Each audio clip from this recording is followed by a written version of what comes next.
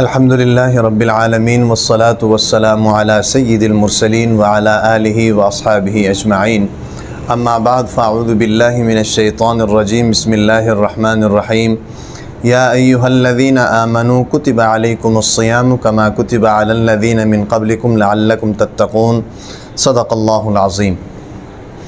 محترم سامعین و ناظرین، جیسے کہ آپ حضرات کو معلوم ہے کہ رمضان المبارک کا مہینہ قریب آ چکا ہے۔ انشاءاللہ 2-4 دن بعد رمضان المبارک کا بابرکت مہینہ شروع ہو جائے گا۔ تو اس سے پہلے 2-4 باتیں رمضان المبارک کے حوالے سے کہ ہم رمضان المبارک کو کیسے گزار سکتے ہیں، اس حوالے سے 2-4 باتیں آپ حضرات کے گوش گزار کرنا چاہتا ہوں۔ سب سے پہلی بات تو اس حوالے سے یہ ہے کہ یقیناً اس میں کوئی شک نہیں ہے کہ رمضان المبارک تمام مہینوں میں سب سے عظمت والا مہینہ اور بابرکت مہینہ ہے، عبادات کے اعتبار سے، ثواب کے اعتبار سے، جس کے اندر اللہ تبارک و تعالی ہر عمل پر دگنا اور تگنا اجر عطا فرماتے ہیں، بڑھا چڑھا کر اجر عطا فرماتے ہیں، 70 گنا تک اس کا اجر پہنچ جاتا ہے۔ تو ہر نیک عمل کا اجر اللہ تبارک و تعالی اس رمضان المبارک میں بڑھا دیتے ہیں۔ اور پھر اس حوالے سے بھی بابرکت ہے کہ اس رمضان المبارک کے مہینے کے اندر کچھ ایسی عبادات ہیں جو ہم پورا سال نہیں کرتے ہیں۔ اس رمضان المبارک میں اللہ تبارک و تعالی ہمیں توفیق عطا فرماتے ہیں۔ مثلا روزے جیسی عظیم عبادت ہے، اور روزے کے بارے میں تو خود اللہ تبارک و تعالی نے فرمایا کہ حدیث کے اندر موجود ہے کہ روزے کا اجر اتنا ہے، فرمایا کہ وہ اجر صرف اور صرف میں خود بندے کو دوں گا، کیونکہ وہ بندے کی کیلکولیشن میں نہیں آ سکتا ہے، اور اس کا اجر بتایا بھی اللہ تبارک و تعالی نے نہیں ہے۔ تو یہ ایک طرح سے مسلمانوں کے لیے سرپرائز ہے اور تحفہ ہے جو اللہ تبارک و تعالی قیامت کے دن عطا فرمائیں گے۔ اور پھر اس رمضان المبارک کے اندر تراویح جیسی عظیم عبادت، 20 رکعت تراویح، وہ بھی پورا سال ہم لوگ نہیں پڑھتے ہیں۔ رمضان المبارک میں اللہ تبارک و تعالی ہمیں توفیق عطا فرماتے ہیں، تو ہم تراویح کی نماز بھی ادا کرتے ہیں۔ تو اس حوالے سے یہ مہینہ جو ہے بڑا ہی بابرکت مہینہ ہے، بڑی عظمت والا مہینہ ہے۔ اللہ تبارک و تعالی، سب سے پہلی بات تو یہ ہے کہ اللہ تبارک و تعالی اس مہینے کی صحیح طریقے سے قدر کرنے کی اور اس مہینے سے بھرپور فائدہ اٹھانے کی، اور ہمیں اللہ تبارک و تعالی سے اپنے گناہوں کو بخشوانے کی اللہ تبارک و تعالی ہمیں توفیق عطا فرمائے۔ تو یہ تو اس مہینے کی برکت اور عظمت ہے۔ اس کے بعد ہم اس مہینے کو کیسے گزاریں؟ سوال یہ بنتا ہے کہ ہم اس مہینے کو کیسے گزاریں؟ تو سب سے پہلے جو ہے ہمیں دیکھنا یہ ہوگا کہ اللہ تبارک و تعالی نے انسان کو پیدا کیوں کیا ہے۔ یاد رکھیں کہ انسان کا مقصد تخلیق ہی عبادت ہے۔ انسان کو پیدا کیا ہے، اس کا مقصد، پیدائش کا مقصد عبادت ہے۔ وَمَا خَلَقْتُ الْجِنَّ وَالْإِنسَ إِلَّا لِيَعْبُدُونَ۔ اللہ تعالیٰ نے قرآن مجید میں فرمایا کہ ہم نے انسانوں کو اور جنات کو اپنی عبادت کے لیے پیدا کیا ہے۔ تو یہ مہینہ عطا فرما کر اللہ تبارک و تعالی ہمیں وہ بھولا ہوا سبق یاد دلا رہے ہیں کہ بھئی تمہیں پیدا عبادت کے لیے کیا گیا ہے۔ تم کاروبار کرتے ہو، وہ میری طرف سے چھوٹ ہے، تم معاملات کرتے ہو، میری طرف سے چھوٹ ہے، تم شادی بیاہ کرتے ہو، میری طرف سے چھوٹ ہے، لیکن تمہاری پیدائش کا جو مقصد ہے، تمہاری پیدائش کا مقصد صرف اور صرف عبادت ہے۔ تو اس مہینے کو اللہ تبارک و تعالی نے ہمیں عطا کیا، اور وہ ہمارا جو بھولا ہوا سبق ہے یا ہمارا جو مقصد تخلیق ہے، وہ اللہ تبارک و تعالی نے ہمیں دوبارہ یاد کروا دیا۔ اب سوال یہاں یہ پیدا ہوتا ہے، بعض حضرات یہ ذہن میں سوال آتے ہیں کہ یار عبادت کے لیے پیدا کرنا تھا، تو فرشتے تو عبادت کے لیے کافی تھے، فرشتے بھی تو ہمیشہ عبادت میں رہتے ہیں، کوئی رکوع میں ہے، کوئی سجدے میں ہے، کوئی قیام میں ہے، کوئی تلاوت میں ہے، کوئی تسبیح میں ہے، کوئی تحلیل میں ہے، اللہ تعالیٰ کی بزرگی بیان کر رہے ہیں، اور فرشتے تو ہیں بھی نورانی مخلوق۔ تو اس حوالے سے یاد رکھیں کہ فرشتوں کا عبادت کرنا جو ہے نا جی کو کمال نہیں ہے، فرشتوں کا عبادت کرنا کمال نہیں ہے۔ اس کی وجہ کیا ہے؟ اس کی وجہ یہ ہے کہ فرشتوں کے اندر اللہ تبارک و تعالیٰ نے شر کا مادہ ہی نہیں رکھا ہے، وہ گناہ کر ہی نہیں سکتے ہیں، ان کے تصورات میں گناہ آ ہی نہیں سکتا ہے۔ ان کا تو کام ہی صرف اور صرف عبادت ہے، اور وہ عبادت کے علاوہ اور کچھ کر بھی نہیں سکتے ہیں۔ کمال تو تب ہے کہ ایک ذات کے اندر اللہ تبارک و تعالی نے یا ایک مخلوق کے اندر اللہ تبارک و تعالی نے گناہ کا مادہ رکھا ہے، شر کا مادہ رکھا ہے، اس کا دماغ گناہوں کی طرف بھی جاتا ہے، اس کی طبیعت گناہوں کی طرف بھی مائل ہوتی ہے، اس کی آنکھ بد نظری بھی کر رہی ہے، اس کے کان گناہ کے کام سن بھی رہے ہیں، اس کے دل کے اندر گناہ کا خیال بھی آ رہا ہے، اور ان خیالات کے آنے کے بعد پھر وہ اللہ تبارک و تعالی کے حکم پر عمل کرتے ہوئے اس گناہ کی طرف ہاتھ بڑھانے کی بجائے اللہ تبارک و تعالی کے حکم کو مد نظر رکھتے ہوئے اس گناہ سے بچتا ہے، تو کمال یہ ہے۔ مثال کے طور پر ایک نابینا آدمی ہے، فار ایگزامپل ایک نابینا آدمی ہے، اس نے کبھی زندگی میں بے حیائی کی چیز نہیں دیکھی ہے، شروع سے پیدائشی نابینا ہے، کبھی فلم نہیں دیکھا ہے، کبھی ٹی وی نہیں دیکھا ہے، کبھی کوئی ایسی چیز نہیں دیکھی ہے، تو اس کا نہ دیکھنا کوئی کمال نہیں ہے. کیوں؟ کیونکہ وہ ہے ہی نابینا، وہ ہے ہی نابینا، مادرزاد نابینا ہے، پیدائشی نابینا ہے.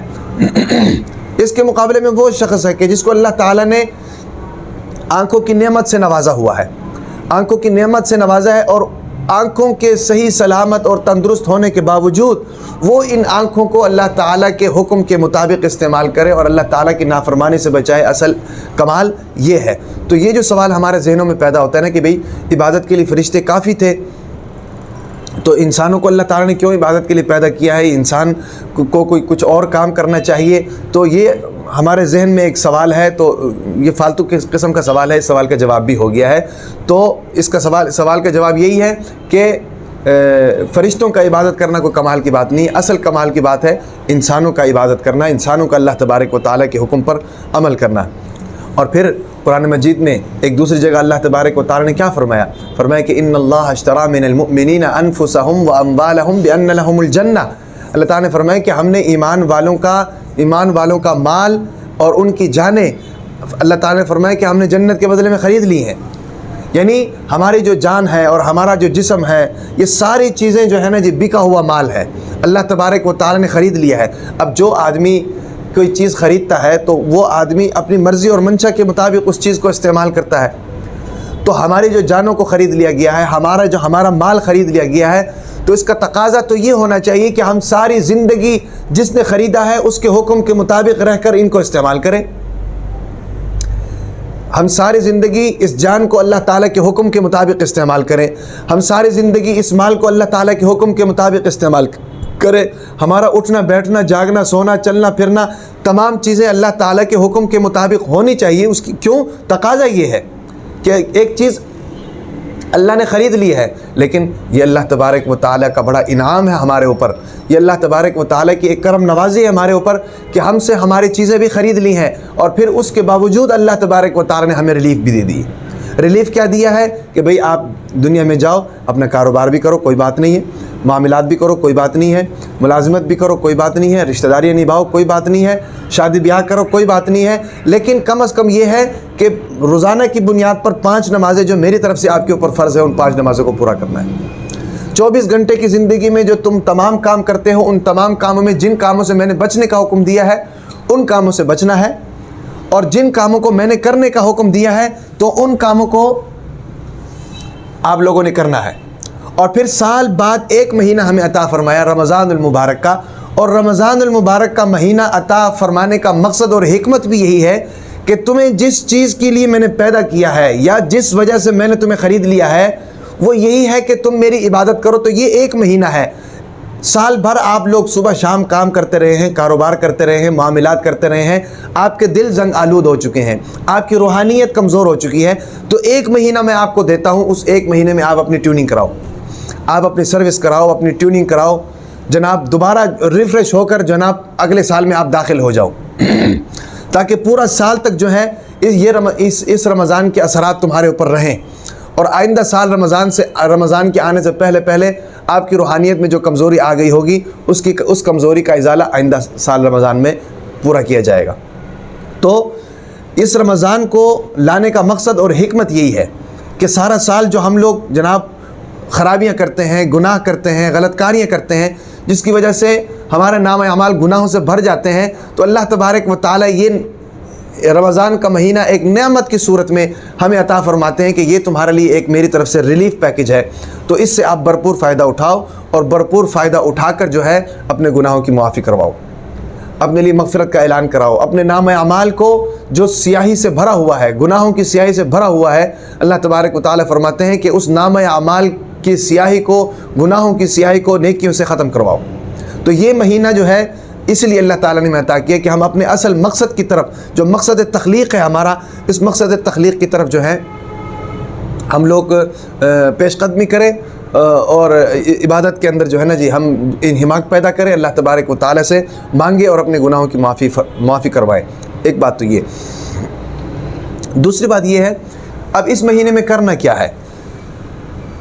اس مہینے کے اندر جو ہم سارا سال گزارتے ہیں نا جی، سارا سال گزار کر جو ہم عبادات کرتے ہیں، اس مہینے کے اندر وہ ساری عبادات تو ویسی کی ویسی رہتی ہیں، لیکن دو عبادات ایسی ہیں جو اس مہینے میں زیادہ ہو جاتی ہیں۔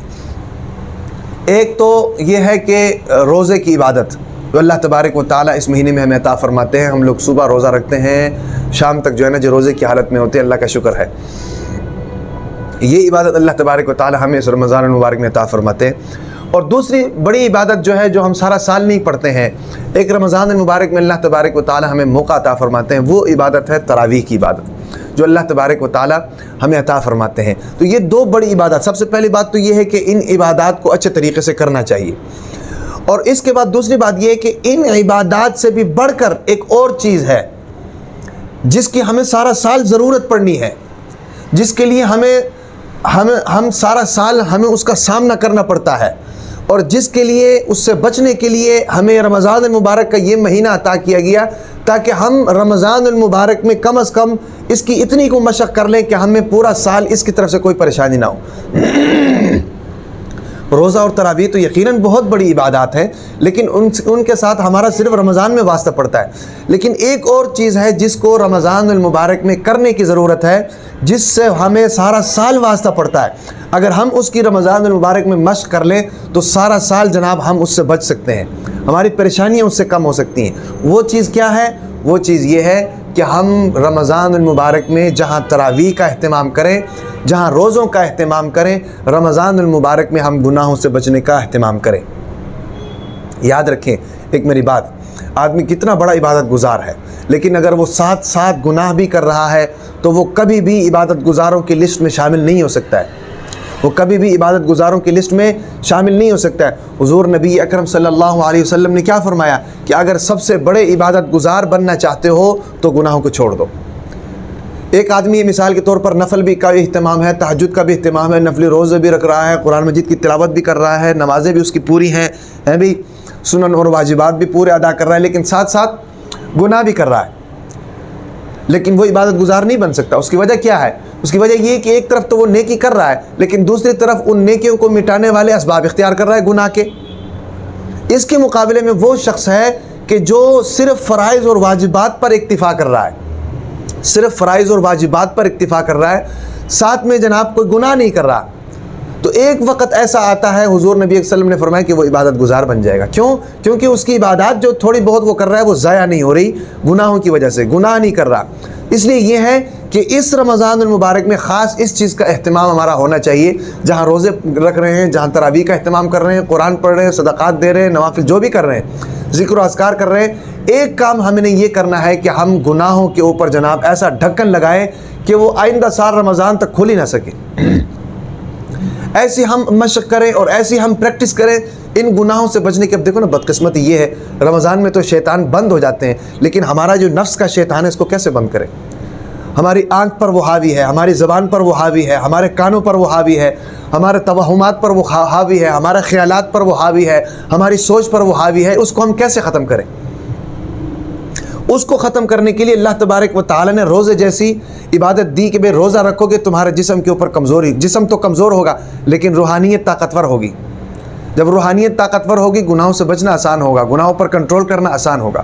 اس طریقے سے رات کو تراویح کا حکم دیا کہ تراویح میں کھڑے ہوگے، قرآن سنو گے، تمہارے تقوی میں اضافہ ہوگا، تمہارے جسم پر تھکاوٹ کے آثار ہوں گے، رات کو جلدی سو گے، گناہوں سے بچ جاؤ گے، صبح سحری میں جلدی اٹھو گے، سحری کر کے پھر تم سارا دن روزے میں رہو گے، پورا مہینہ یہ پروسیس چلتا رہتا ہے۔ تو اس لیے یہ ہے کہ یہ جو چیز ہے نا جی گناہ، ان گناہوں سے اللہ تبارک و تعالی ہماری جان چھڑوائے، اس سے بڑی اور کوئی بات نہیں ہو سکتی۔ اگر ہم سارا سال تہجد بھی پڑھتے رہیں لیکن اگر ساتھ ساتھ گناہ کر رہے ہیں تو وہ ہمارے تہجد کے ثواب کو کھا رہا ہے، لیکن اگر ہم صرف فرائض اور واجبات پر اکتفا کر رہے ہیں لیکن گناہ کوئی نہیں کر رہے تو اللہ تبارک و تعالیٰ سے یہ امید ہے کہ انشاءاللہ اللہ تبارک و تعالیٰ ہمیں عبادت گزاروں میں اٹھائے گی، عابدین میں ہمیں اٹھایا جائے گا۔ اس کی وجہ بھی یہی ہے کہ ہمارے ثواب، ہمارے جو نیکیاں جو ہم نے کی ہیں وہ سٹاک پڑی ہوئی ہیں، محفوظ پڑی ہوئی ہیں۔